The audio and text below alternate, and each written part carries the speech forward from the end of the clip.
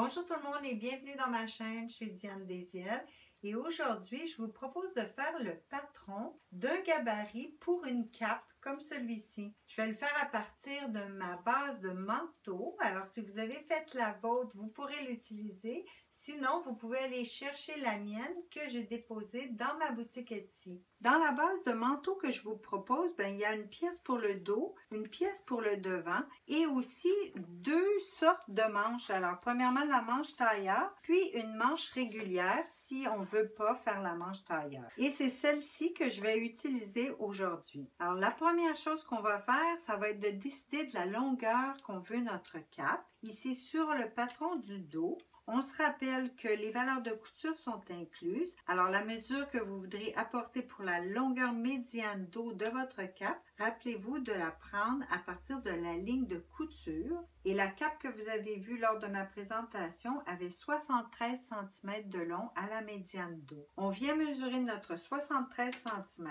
puis on va placer notre équerre sur la médiane dos pour pouvoir tracer ou graver simplement notre 73 cm de long. Une fois la ligne gravée, on pourra plier notre base puis reporter la longueur sur notre devant en alignant nos latérales. Puis ici encore, on pourra graver pour plier le patron. Maintenant, on est prêt à retracer notre dos tout autour. Vous n'aurez pas à indiquer les pinces parce qu'on n'en a pas besoin. Maintenant, comme les valeurs de couture sont incluses et qu'on doit fusionner deux pièces ensemble, ce que je vais vous demander de faire, c'est de venir tracer la ligne de couture de l'emmanchure et un petit bout de la ligne d'épaule. Je ne sais pas si vous avez déjà remarqué, mais mes bases de manches entières, comme celle-ci, ont toujours le pli au centre parce que j'ai l'habitude de les travailler à la moitié. Toute la partie du bas est symétrique, il y a seulement que la différence dans la courbe de tête de manche et on a souvent besoin de seulement que la moitié de la manche. Et c'est ce dont on a besoin, seulement que la moitié pour faire la cape. Maintenant, vous allez marquer l'intersection du cran le plus haut et le cran correspondant sur la manche. Puis, on va venir les superposer. Alors, je prends mon haleine à patron, je vais le percer un petit peu et je vais venir superposer la ligne de couture avec la ligne de couture. Puis, on va pivoter la manche à partir de ce cran jusqu'à ce que notre ligne de couture touche la ligne de couture. Une fois en position, on va pouvoir tracer le contour de notre manche. Une fois la manche tracée, je vais vous demander de trouver l'intersection sur la manche, le point de biceps et la ligne de sous-bras. Alors, trouvez la petite intersection ici, puis on place notre règle à l'équerre sur le droit fil ou la demi de la manche et on touche le point de sous-bras. Vous allez me tracer cette ligne de biceps et faire dépasser d'environ 5 mm. Maintenant, ce qu'on va faire, c'est de venir continuer notre ligne d'épaule jusqu'aux 5 mm ressortis. On va le faire avec une ligne courbe, puis le plus profond de la courbe va se trouver plus près de l'emmanchure du corsage. Ensuite, ce que vous allez faire, c'est de venir vous faire une référence. Ici, mes bases ont 5 cm d'ourlet. Alors, vous allez venir mesurer 5 cm sur la ligne de moitié de manche et juste vous faire une petite référence. Ensuite, vous allez rejoindre ce 5 cm avec le point ressorti de 5 mm au niveau du biceps. Ici, je vais vous faire remarquer que j'ai été à l'extérieur un autre 2 ou 3 mm, alors on pourrait dire 7 mm ressortis pour pouvoir rejoindre ma ligne courbe et que ça soit tout doux. Maintenant, on va ajouter la valeur de couture sur la partie de la manche. Je l'ai déjà sur le corsage, mais comme j'ai utilisé la ligne centrale, ici, tout le long de la manche, j'aurai besoin d'une valeur de couture. Maintenant, pour l'ourlet de notre cape, comme vous le savez, la forme va être arrondie. Alors, ce ne sera pas possible de plier un gros ourlet de 4 ou 5 cm. Alors ici, vous avez deux options. Soit vous placez une valeur de couture et vous allez faire un patron supplémentaire pour une parmenture d'ourlet. Ou soit vous essayez de faire un ourlet plus petit, comme 2,5 cm devrait être suffisant. Alors, j'ai commencé par tracer mon 2,5 sur la partie du corsage. Maintenant, je vais corriger la partie de la manche qui a présentement un ourlet de 5 cm. Mais comme je vous disais, c'est peut-être trop large pour tourner. Alors, je vais venir mettre mon 2,5 cm. Puis, ce qu'il va nous rester à faire, ça va être de relier les deux lignes d'ourlet. Alors, celui de la manche avec celui du corsage. Gardez-vous environ la moitié du corsage qui va être à angle droit.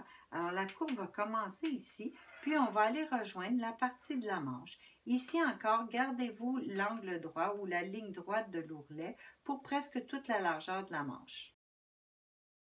Mon patron de dos est terminé. La pièce va être coupée au pli une seule fois en tissu. Et maintenant, je vais simplement découper tout autour.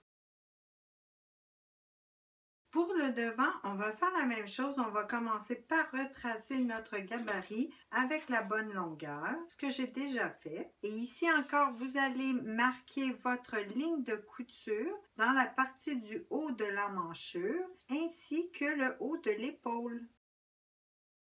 Même chose aussi sur la manche, alors vous allez venir indiquer l'intersection de la ligne de couture avec le cran d'emmanchure et aussi la ligne de couture dans le haut de la manche. Ensuite, vous allez superposer l'intersection sur la manche avec l'intersection sur le corsage. Puis pivotez votre manche jusqu'à ce que la ligne de couture touche la ligne de couture de notre devant. Une fois en position, on pourra tracer, mais pour le devant, dont l'emmanchure est plus petite ou plus à l'intérieur que le dos, vous devrez ouvrir votre manche, tracer les trois côtés, puis plier pour pouvoir tracer la ligne du haut.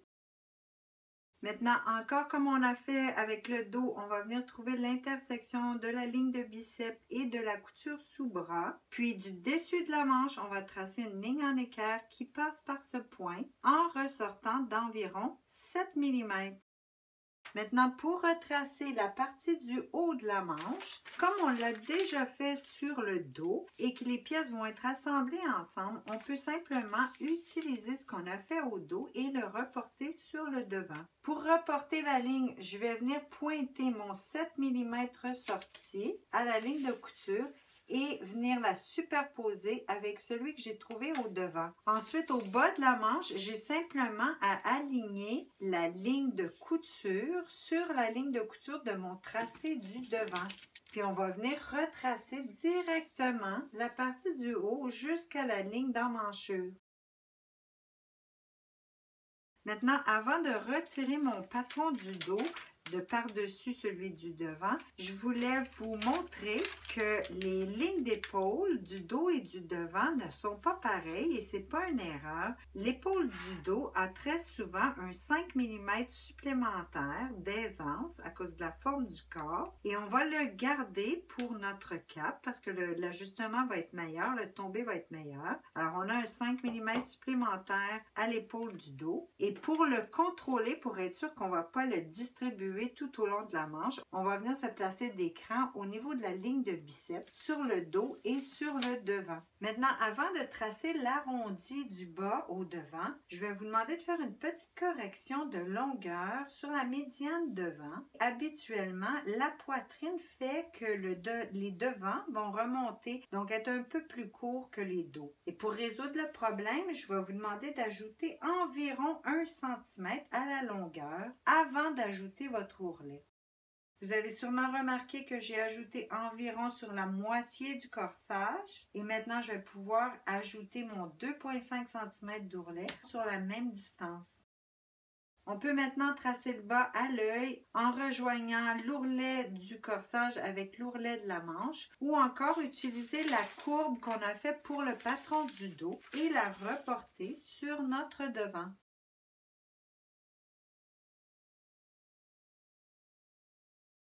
Maintenant, si comme moi, vous avez utilisé ma base de manteau, vous aurez remarqué qu'il y a un cran à l'encolure. Il y en avait un au bas aussi. Ça, c'est pour indiquer la médiane. La base a 3 cm de croisure et 1 cm de valeur de couture. Ces mesures peuvent bien sûr être changées dépendamment de votre style. La pièce de devant n'est pas au pli, elle va être taillée 2 fois. J'ai dessiné en pointillé la ligne de médiane devant. Puis pour la finition de votre cape, si vous voulez faire une parmenture, vous devrez ajouter vers l'intérieur, à partir de la médiane, un 5 cm supplémentaire. Alors la parmenture va être du bord du patron.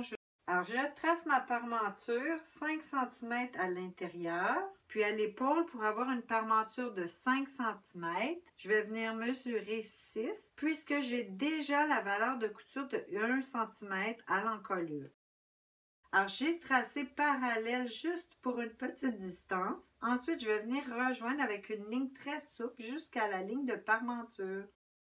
Maintenant, je voulais vous montrer la cape que je portais à l'introduction, qui est un prototype pas fini, qui vient exactement de la base qu'on vient de faire. Et je voulais vous faire ajouter une ligne que je considère vraiment importante. Comme on a fait un angle de cape qui est au minimum pour pouvoir bouger un peu à l'intérieur de la cape, ça va vous prendre un endroit pour ressortir la main. On pourra trouver l'endroit idéal en faisant une première toile, puis en essayant différents endroits pour sortir le bras. Mais moi, je l'ai déjà fait, alors je vais simplement vous donner les mesures. Je vous montre où j'ai fait cette nouvelle couture. Alors, j'ai séparé mon devant en 2 pièces de patron pour pouvoir y intégrer l'ouverture pour les mains. Alors, une façon très simple pour vous pour trouver votre ligne de style, c'est de venir plier votre patron et de placer la ligne d'épaule avec la ligne de médiane, juste comme ça.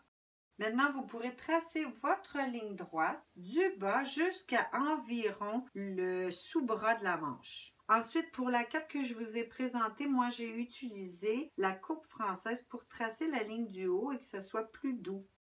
Maintenant, pour la hauteur et la largeur de cette ouverture pour les mains, je vais vous donner les mesures que moi j'ai à partir de l'encolure parce que ça, c'est une référence qui devrait être similaire pour tout le monde. À partir de la ligne d'encolure, l'ouverture va être à environ 31 cm et l'ouverture va être d'environ 22 cm de long. Maintenant ici, si je veux mon ouverture, je devrais retracer mes pièces de patron pour avoir 2 nouvelles pièces. Puis à cette ligne, je devrais ajouter des valeurs de couture de chaque côté. Et encore une fois, comme j'ai fait ici pour mon échantillon, ce que j'ai fait, c'est que j'ai placé des valeurs de couture beaucoup plus larges, 2 cm, partout, toute la longueur. Et j'ai pu retenir vis-à-vis de l'ouverture avec une grande surpiqûre.